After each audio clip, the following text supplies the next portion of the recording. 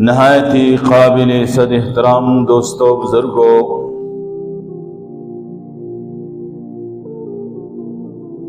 پیارے نبی صلی اللہ علیہ وسلم کی سیرت طیبہ کے حوالے سے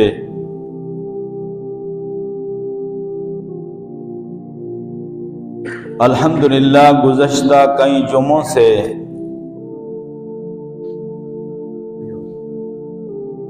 ترتیب کے ساتھ اور قدر تفصیل کے ساتھ قدم بقدم ذکر ہو رہا ہے۔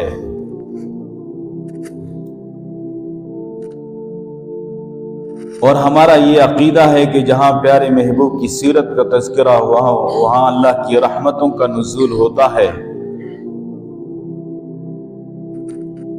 گزشتہ جمعے میں نے آپ کے سامنے اس تاریخ ساز ایک معاہدے کا ذکر کیا جس کو حلف الفضول کہا جاتا ہے، اور فضل نامی 3 اشخاص خصوصی طور پہ آپ صلی اللہ علیہ وسلم کے ساتھ اس معاہدے میں شامل ہوئے۔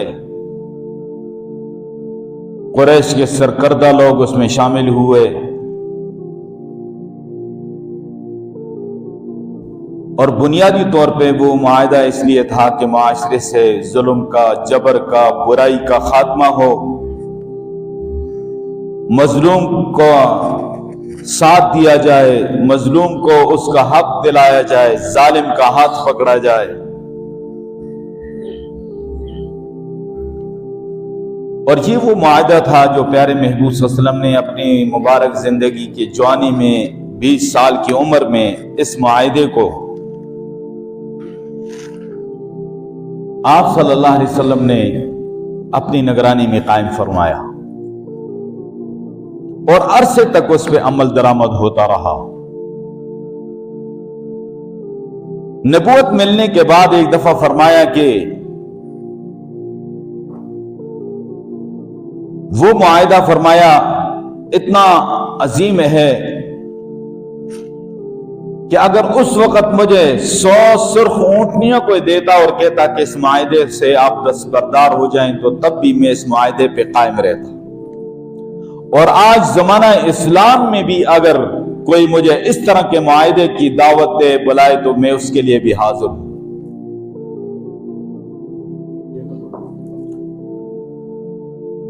تو یہ نوجوانوں کے لیے اس میں ایک بہت بڑا سبق تھا کہ آپ صلی اللہ علیہ وسلم کی امت کا ہر نوجوان خیر کا ذریعہ بنے، خیر کی کنجی بنے، شر کا تالا بنے، برائی کو ختم کرنے والا ہو، ظلم اور جبر کو ختم کرنے والا ہو، معاشرے سے جرائم کا خاتمہ کرنے والا ہو، امت کا ہر نوجوان مسلمان بالخصوص یہ کردار ادا کرنے والا ہو۔ آپ صلی اللہ علیہ وسلم نے عملی طور پہ خود یہ کر کے دکھایا، اور گویا کہ یہ اپنے عمل سے ثابت کیا کہ کمزور پر اگر نظر پڑے، کمزور پر اگر نظر پڑے تو رسول کا جمال بن، اگر قوی سامنے ہو تو قہر ذوالجلال بن، خدائی کے آگے سر جھکا کہ سرکشوں کے سر جھکیں، خدا ہی کے آگے سر جھکا کہ سرکشوں کے سر جھکیں، ستم گروں کو توڑ دے، ستم زدوں کی ڈھال بن، کمزور سامنے ہو تو پیارے رسول کا جمال بن، قوی سامنے ہو تو قہر ذوالجلال بن۔ گویا کہ اپنے عمل سے یہ بتایا۔ عمر مبارک 25 سال میں جا رہی ہے کہ آپ کو ایک تجارتی سفر کے لیے شام کی طرف جانا ہو، اور یہ آپ سماعت فرما چکے ہیں کہ عمر مبارک جب 12 سال تھی تو اپنے چچا کے ساتھ آپ شام کے اس تجارتی سفر میں تشریف لے گئے تھے.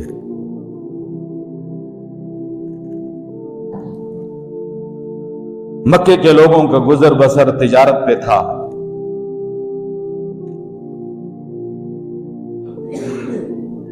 مکے کی ایک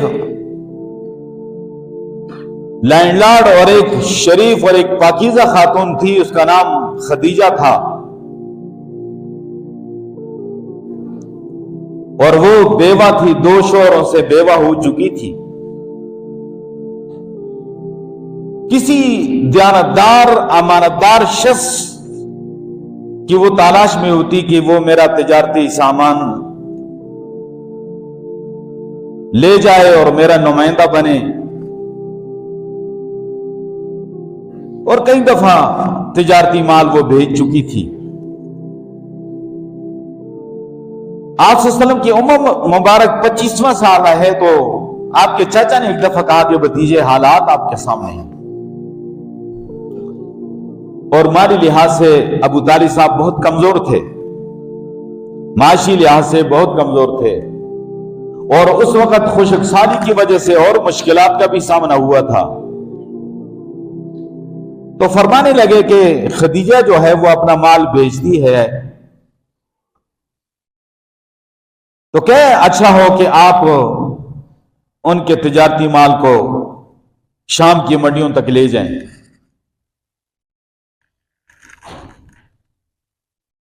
اور میری تو یہ خواہش ہے کہ آپ خود جا کر تو یہ بتا دیں کہ آپ خود ان کے نمائندہ بننا چاہتے ہیں. فرمایا چاچا جی بات یہ ہے کہ مجھے ان سب حالات کا اندازہ ہے، لیکن میں خدیجہ کے پاس خود نہیں جانا چاہتا، اور مجھے امید ہے کہ وہ کسی نہ کسی کو بھیجے گی. فرمایا بھتیجے کوئی اور اس کے مال کو لے کے چلا جائے گا، آپ سے پہل کر لے گا، بہتر ہے کہ آپ چلے جاتے. اور یہ کہہ کر ابو طالب صاحب اٹھئے تو آپ صلی اللہ علیہ وسلم نے کچھ وقت کے بعد دیکھا کہ خدیجہ جو ہے انہوں نے اپنا نمائندہ بھیج دیا. ابھی میں خدیجہ ہی کہوں گا، ابھی رضی اللہ نہیں ہوئی ہے، ابھی ام المؤمنین نہیں بنی ہے. تو اس نمائندے نے جا کر کہا کہ خدیجہ یہ کہہ رہی ہیں کہ ملک شام کی طرف تجارتی قافلہ جو ہے قریش کے لوگ جا رہے ہیں تو ان کا مال بھی اس میں ہے، آپ اگر نمائندگی فرما لیں، اگر آپ خواہش رکھتے ہیں تو آپ تشریف لے آئیں، ان سے معاملات طے کر لیں. آپ صلی اللہ علیہ وسلم تشریف لے گئے. آپ کی امانت کا، آپ کی دیانت کا چرچا تھا، آپ کو سب صادق اور امین کہتے تھے. تو انہوں نے کہا کہ میں آپ کو دگنا معاوضہ دینے کے لیے تیار ہوں، لیکن میں یہ چاہ رہی ہوں کہ میرے اس مال کو آپ لے کر جائیں، آپ نمائندہ بنیں.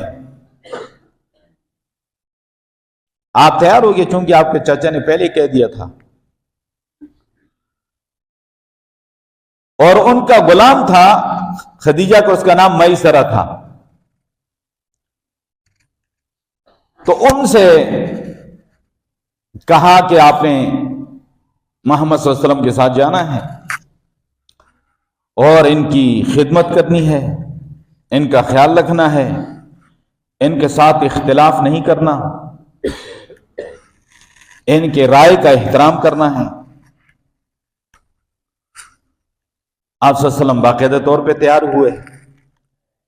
اور یہ گویا کہ آپ صلی اللہ علیہ وسلم کا ویسے تو دوسرا سفر تھا شام کی طرف تجارتی، لیکن باقاعدہ ذمہ داری کے ساتھ یہ پہلا سفر تھا کہ ساری تجارتی ذمہ داری آپ پر ہے. آپ کے سارے چاچے بھی اکٹھے ہو گئے، انہوں نے بھی قافلے والوں سے بڑی تاکید کی کہ بھئی ان کا خیال رکھنا ہے. پھوپیاں بھی آ گئی ہیں، وہ بھی آپ کی پیشانی کو چوم رہی ہیں، رخصت کر رہی ہیں، چچیاں بھی آ کر دعائیں دے رہی ہیں، اور آپ کا سفر شروع ہوتا ہے۔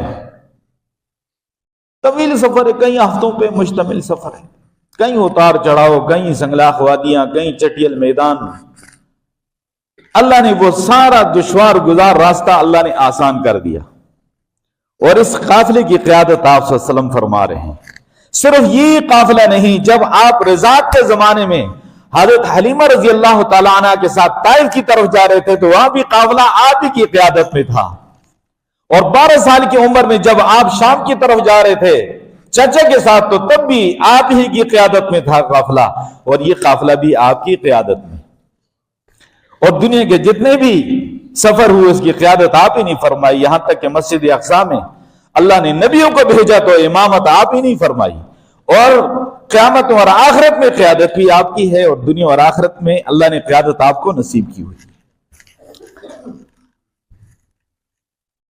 سفر بڑا اچھا طے ہوا۔ قافلہ والے کہتے ہیں کہ ہم تو عرصے سے آتے جاتے ہیں، ہمیں بڑی دشواریوں کا سامنا ہوتا ہے، چوروں کا، ڈاکوؤں کا، راہزنوں کا خطرہ ہوتا ہے، ہمیں کسی قسم کے خطرے کا سامنا نہیں ہوا، اور سفر کی دشواریوں کا ہمیں پتہ ہی نہیں چلا، نہ کسی کا کھانا ختم ہوا، نہ کسی کا پانی ختم ہوا، نہ کسی کا جانور تھک ہار کر بیٹھا، اور بڑی برکتوں والا قافلہ ہے، پیارے محبوب پہ آسمان کے بادل سایہ کر رہے ہیں۔ حضرت میسرہ کہتے ہیں میں حیران ہوں، اور یہ قافلہ بھی اتفاقاً بصرہ کے شام کی سرحد پہ بصرہ کے مقام پر جا کر ٹھہرتا ہے۔ اگلا جو سفر تھا اس کا ذکر آپ کو یاد ہوگا، تو وہاں پر بھی ایک راہب رہتا ہے، دین عیسوی کا بڑا عالم، اس کو راہب کہا جاتا تھا۔ اگلے سفر میں جس راہب سے ملاقات ہوئی تھی اس کو بحیرہ راہب کہا جاتا تھا، جرجیس اس کا نام تھا، اور اس سفر میں جس راہب صاحب کا جو آپ کی ملاقات ہوئی اس کا نام نستورہ راہب تھا۔ تو قافلے والے وہاں ٹھہرے، اس راہب نے دیکھ لیا کہ ایک عظیم ہستی ہے، اس کی سواری پہ آسمان کے بادل جو ہے وہ سایہ کر رہے ہیں، اور کبھی جو ہے فرشتے بڑے بڑے پرندوں کی صورت میں آ کے سایہ کر رہے ہیں۔ یہ حیران ہے، عجیب ماجرا دیکھ رہا ہے۔ آپ صلی اللہ علیہ وسلم ایک درخت کے ساتھ تشریف فرما ہوئے، وہ خشک درخت تھا۔ آپ کے تشریف فرما ہونے سے وہ درخت سرسبز ہو گیا، ہرا ہو گیا، بارونق ہو گیا، دیکھنے والے اس کو دیکھ کر خوش ہونے لگے۔ تو وہ راہب آ کر کہتا ہے کہ یہ وہی اللہ کے آخری نبی ہیں۔ اس درخت کے نیچے حضرت عیسیٰ علیہ السلام تشریف فرما ہوئے ہیں، اس کے بعد یہاں کوئی اور تشریف فرما نہیں ہوا، نبی کے سوا یہاں کوئی نہیں بیٹھ سکتا۔ اور آپ صلی اللہ علیہ وسلم کے ہاتھوں کو بوسہ دیا، آپ کی پیشانی کو بوسہ دیا، آپ کے پاؤں کو بوسہ دیا اس نے، اور کہا کہ آپ کی آنکھوں مبارک کے اندر، آنکھوں کا جو سفیدی والا حصہ ہے اس میں سرخ ڈوری ہے، یہ نشانی ہے امام الانبیاء اور خاتم الانبیاء کی۔ ایک نشانی اور میں دیکھنا چاہتا ہوں، وہ مہر نبوت ہے۔ آپ اپنا مبارک کپڑا ذرا ہٹا کر مجھے وہ بھی دکھا دیجیے۔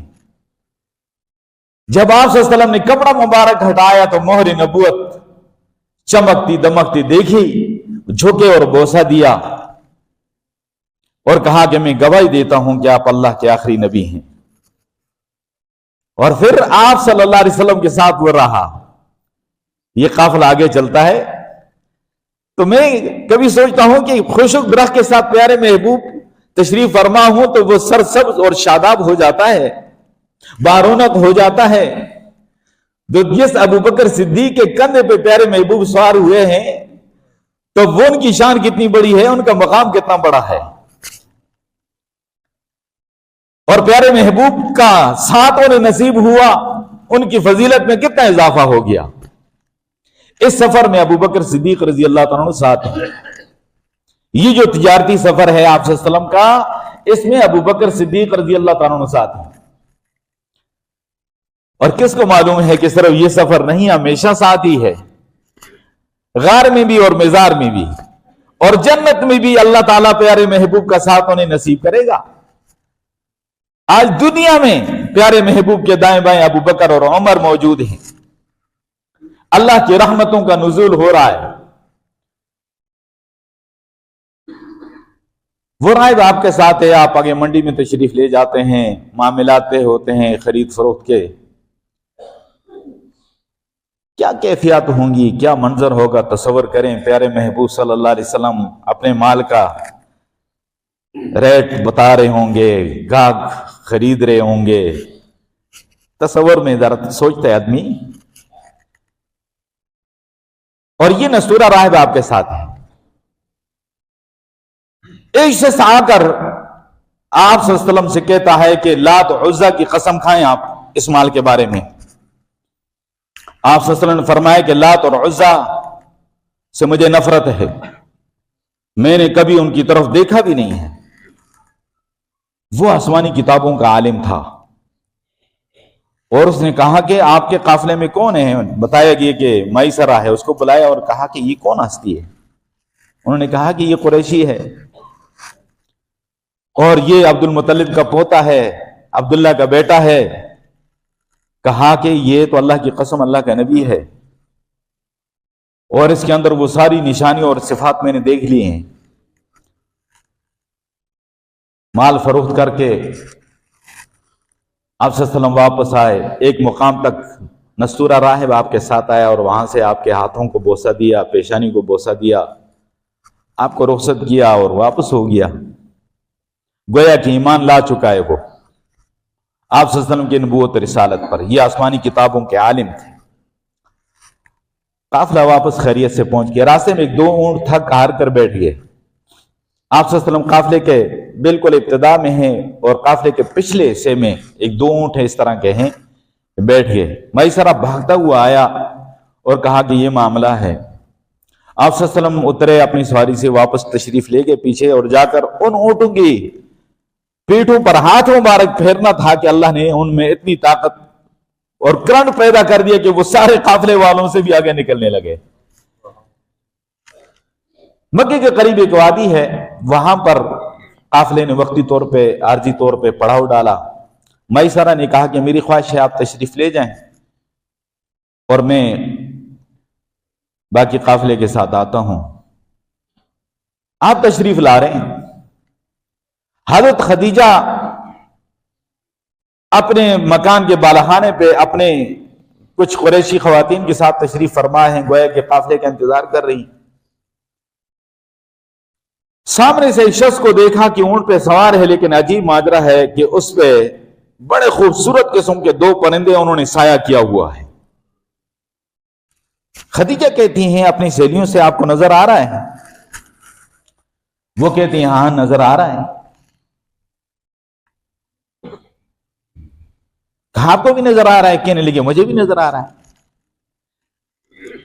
اس نے اپنی دونوں آنکھوں پہ ہاتھ پھیرا اور پھر دوبارہ دیکھا تو پھر وہی منظر ہے۔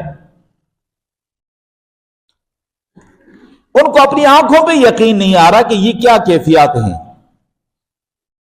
اس شان کے ساتھ آپ تشریف لائے، دیکھا تو وہ حضرت عبداللہ کا لخت جگر ہے، حضرت فاطمہ کا نوری نظر ہے۔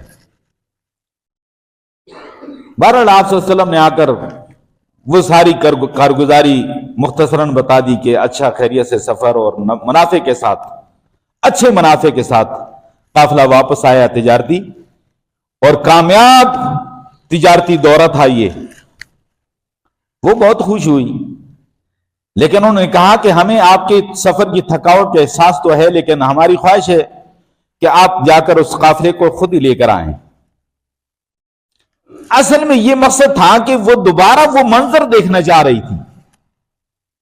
آپ صلی اللہ علیہ وسلم جسے تشریف لے گئے دھوپ میں، تو آپ پہ جناب علی وہ فرشتے جو پرندوں کی شکل میں تھے انہوں نے آپ پہ سایہ کیا ہوا ہے، تو پھر یہ دیکھ رہی ہیں، حیران ہو رہی ہیں۔ بہرحال جو معاوضہ طے تھا دگنا معاوضہ دیا، آپ صلی اللہ علیہ وسلم خیریت سے اپنے چچاؤں کے پاس پہنچے اور بڑا اچھا خوشگوار اور کامیاب تجارتی سفر تھا، اور اس تاجر باپ کا عظیم تاجر بیٹا بڑے منافع کے ساتھ آیا۔ تجارت پیارے محبوب نے فرمائی ہے، اور اس لیے بشارتیں بھی تو تاجروں کے لیے بیان فرمائی ہے کہ التاجر الصدوق الامین، سچا اور امانتدار تاجر جو ہے، مع النبیین والصدیقین والشہداء والصالحین، یہ انبیاء کے ساتھ ہوں گے، صدیقین کے ساتھ ہوں گے، شہداء اور صالحین کے ساتھ ہوں گے۔